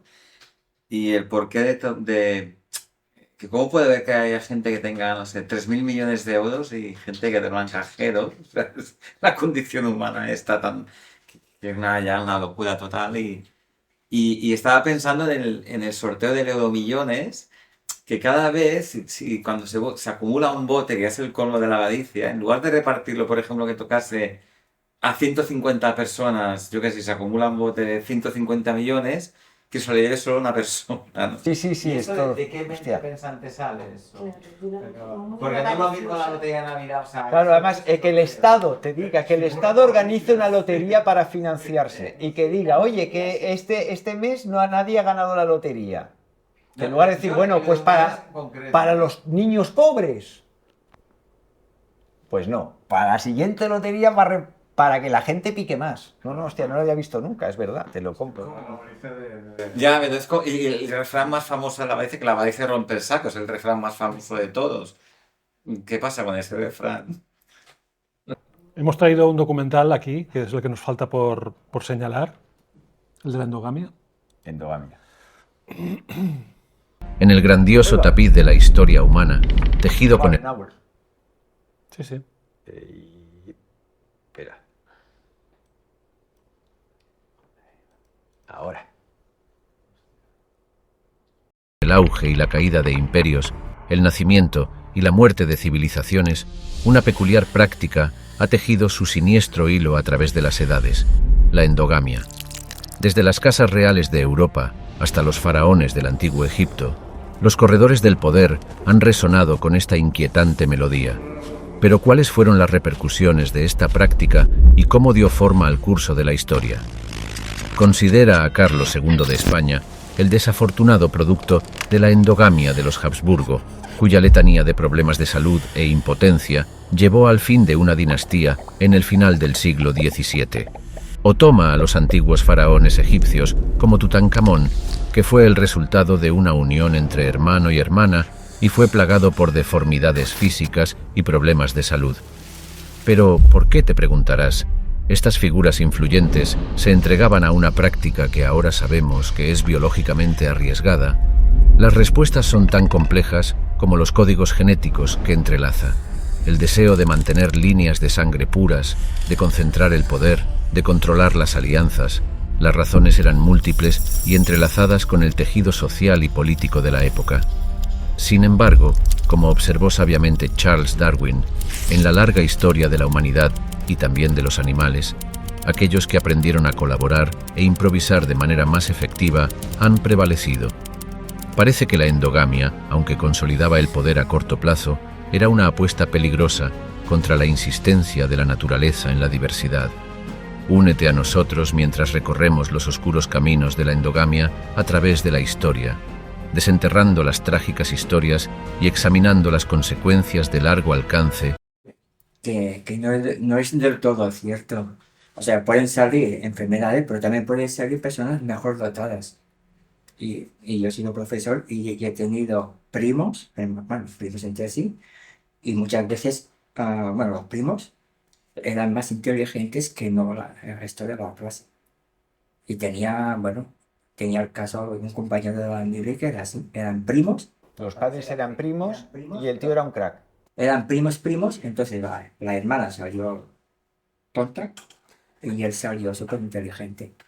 Y he tenido alumnos que también parecían, eran primos, pero por dos lados, eran primos por ambos lados. O sea, tenían los mismos apellidos, pero invertidos. Y de este chico y de esta chica, de los cuales uno no y el otro sí, ¿quién nació primero? Ese no lo sé. Yo conocí al chico, la chica no. O sea, yo entiendo que la inteligencia o la capacidad es como una cuota. Por ejemplo, entre dos gemelos. El carácter es una cuota, o sea, un pastel.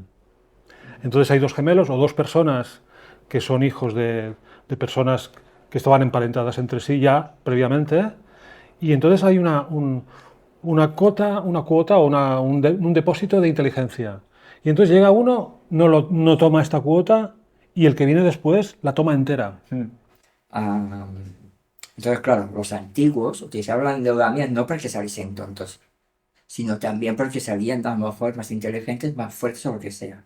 Y hay una familia muy conocida que era la de Rothschild, se casaban primos entre sí, porque querían mantener los privilegios de la Rothschild. O sea, que no viene de antiguo. O sea, a ver, Los Rothschild el poder, fueron así hasta como mínimo hasta el año 20 del siglo pasado. lo que están diciéndote los Rothschild es el poder es la sangre.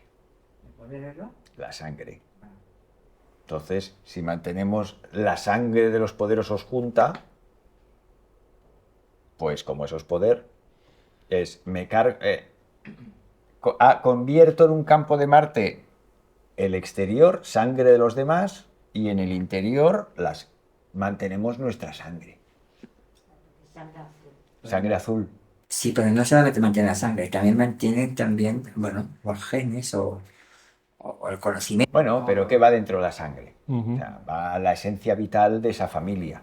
Pero yo también le buscaré una explicación mucho más prosaica, es decir, Mientras se mantengan en la misma familia toda la concentración de poder y bienes, Claro, todo queda en casa. familias ajenas, mucho más fácil controlar y que no se disgregue. Yo leí la hipótesis de cuando la Iglesia en un determinado concilio, o sea, los curas no han sido célibes toda la vida.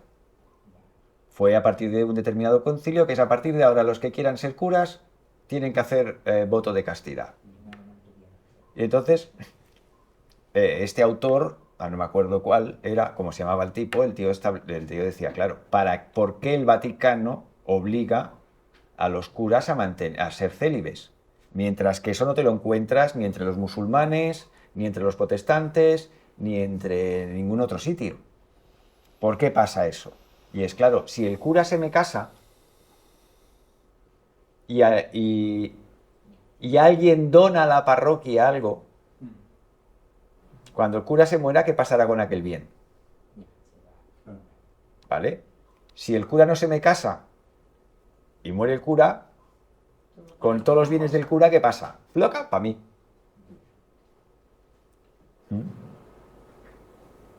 La corporación. La corporación. Pero claro, por la misma razón, que viene a confirmar un poco lo que acabas de decir al inicio del acabar este trozo que hemos puesto del documental, claro, él ya dice que la práctica endogámica tiene un riesgo, que es tal. O sea, tiene grandes posibilidades, pero tiene riesgos también, ¿no? Y entonces, a nivel organizacional, o sea, a nivel de corporación, también puede haber corporaciones endogámicas entre sí. Aunque las personas que forman el grupo no se casen entre ellas, necesariamente, por consanguinidad, la organización en sí misma recoge atributos humanos. En consecuencia, si la organización no reparte el poder en la sociedad, corre el riesgo de que le pase como a los ejemplos que pone en este documental, que se deformen, que mueran, que se suiciden. Pero en ese tipo de familias que se suiciden, podría ser que los hayan suicidado. ¿Qué pasaría si en un grupo endogámico salen disidentes? No podrían, porque tienen a la policía, o sea, la familia policial allá, y la única salida es el suicidio en su disidencia. Que es una forma de boicotear la perpetuación de la organización endogámica. Mira, hay un futuro, el hermano de Alfonso, el padre del rey, del campechano, Juan de Borbón. Este tenía varios hermanos, o sea, a la hora de ¿a quién ponemos rey? Sí, a don Juan. A ver, vamos a mirar. Don Juan no, porque el tío es almirante de la flota inglesa. ¿Cómo vas a poner de rey de España a un tío que ha jurado lealtad a la reina de Inglaterra? A un almirante de la flota inglesa no lo puedes poner de rey de España. Este no vale. Fla. Bueno, venga, va. ¿A quién hay más candidatos? Y había un candidato a rey que el tío dice, no. En la generación anterior. Ahora, bueno, un candidato a rey en España yo creo que era hermano del Juan de Borbón. O si no, el tío. El tipo dice... Llega un momento que se va a Cuba, se enamora de una cabaretera y... Oye, ¿sabes qué? Que paso todos mis derechos dinásticos, que yo me caso con la cabaretera, que no quiero saber nada de la realeza y tal. Pues a los pocos meses, en un viaje de coche, ¡pum!, tiene un accidente y se matan los dos. Que puede ser casualidad o puede ser causalidad. Es como lo del alambrecito al otro que optaba al reino de España. Que me voy a esquiar a Canadá. Puf, y mira por dónde, un cable en la pista de esquí y ¡pa! Y le corta la cabeza. Hostia, ¿qué? ¿Casualidad o causalidad? Entonces, cuando dentro de estas familias ¿cómo has dicho? Consanguíneas, Sí. como alguien salga revoltoso, tienen la costumbre de tener accidentes y morirse. O sea, yo creo que estas familias, en el momento que rechazas a la familia, te vuelves patoso. O en el momento que das por saco a la que la familia ha decidido, te vuelves patoso, porque si no, no se entiende. Es como los determinados tipos de conspiranoicos. ¿No hubo uno que se perdió por Indonesia? ¿No hubo un Rothschild que se perdió por Indonesia? Bueno, Es cuando sale el familiar díscolo, de golpe, junto con la discolez, aparece la torpeza. Que esto es lo mismo que pasa con los conspiranoicos o con la gente esta que va sacando estudios que molestan a determinado tipo de empresas de colectivos industriales. Como empieza a tocar mucho, esta gente también son de un torpe que te cagas, se caen a la piscina, se resbalan en la ducha. Los Kennedy. Bueno, los Kennedy, yo creo que en el caso de los Kennedy era que el ángel de la guarda de los Kennedy era... Igual le dieron el título de ángel de la guarda en alguna universidad de estas modernas de no te preocupes. con los Kennedy hubo muchas conspiraciones, ¿no? Bueno, pero hay por ahí una frase de anda, que eres más gandul que el ángel de la guarda de la familia Kennedy. Porque la familia Kennedy, macho... ¿Pero a qué se refiere? Que no acabo de entender la frase. Pues que el que no tenía un accidente de avión se ahogaba en el mar, el que no se ahogaba en el mar resbalaba en la piscina y se ahogaba en la piscina, atentados. que uy, me he pasado con la dosis de medicamento y se ha muerto intoxicado por medicamento, atentados, tiro en la cabeza, no sé, era una familia Es que, bueno, que la familia esa tenía muy mala suerte. me parece que en el siglo XIX quien dominaba un poco los bajos fondos de Estados Unidos eran los irlandeses. Y me parece que los Kennedy vienen de ahí. Sí. Y luego en el siglo XX hubo como una especie de revolución o de cambio de familias. Y supongo que los Kennedy pues ya sobraban. Ya pues a eliminarlos. Siempre que se puede. No sé. Y me parece que hubo un cambio de familias por ahí. No sé. Ahora... Me parece que los irlandeses dominaban en el siglo XIX, ya en el XX ya no. Algo pasaría. Habría que mirar quién murió en el Titanic. Igual murió una familia de irlandeses que te cagas, o 5 irlandeses que vino la casualidad que cogieron el barquito ese todos juntos. El caso es que el que promovió el viaje, llamado J.P. Morgan, no fue al viaje. Mira, ¿ves? Él tenía un ángel de la guardia currante. Ajá. Si hubieran estado los Kennedy en aquel entonces, ¡vamos toda la familia a coger el barquito! Y una cosa, la avaricia de los políticos, o sea, la avaricia que no sea material, que no sea... Hi ha molts tipus d'avaricia, no? Pot ser avaricia de poder, también, ¿no? De borratxeras... Avaricia de poder, avaricia de dinero, avaricia de tiempo. Yo quiero todo mi tiempo para mí. ¿Eh? También. No, pero hay personas que cuando están con demasiado tiempo para sí mismos se encuentran mal, necesitan compañía, o sea, necesitan que haya personas que entren en su espacio y en su tiempo, claro. Y luego también hay un punto en que la gula y la avaricia se tocan de la mano. Se tocan. Por ejemplo. Y la envidia bueno, es que la avaricia se toca con todos casi. Sí, sí, sí. Por ejemplo, excursión del inserso. Van el grupo de jubilados y tal, que muchos han vivido la posguerra, y van a comer a un restaurante con buffet libre. Entonces aquello es una orgía que después no pueden deglutir. Entonces dirías, ¿qué es lo que les mueve? ¿La gula o la avaricia? O sea, porque tiene un punto de conexión. Claro, sacan cosas. De calamar. Sí, sí, sí. Pero se supone que la diferencia entre la gula y la avaricia es la disciplina. La diferencia está en la disciplina. Pero claro, entonces, si el avaro es disciplinado y el guloso no lo es porque el avaro tiene un proyecto, tiene un plan.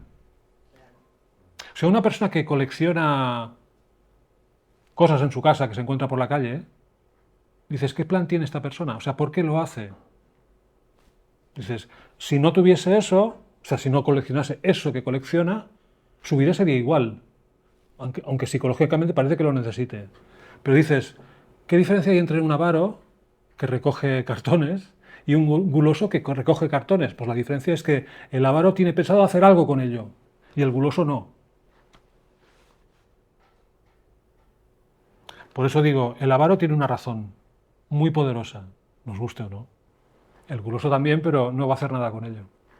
Porque en sus brazos no cabe todo lo que quisiera. El rollo del avaro es que te toca los huevos al tercero. Sí. Niño, 2 horas y 10. Muy bien, pues hemos batido el récord casi, ¿no? Yo creo que alguna vez lo hemos hecho más largo. Y como no queremos ser avaros, o sea, no queremos captar más de lo necesario vuestro tiempo y de los que estáis en el chat, pues podríamos descansar un poco de la avaricia, ¿no? Sí. Y yo quería deciros, a los que no lo sabéis, que el viernes pasado Plural 21 hizo 33 años como asociación. Venga, gente, pues lo dejamos ahí y nos vemos en otro momento. Un besote. Chao.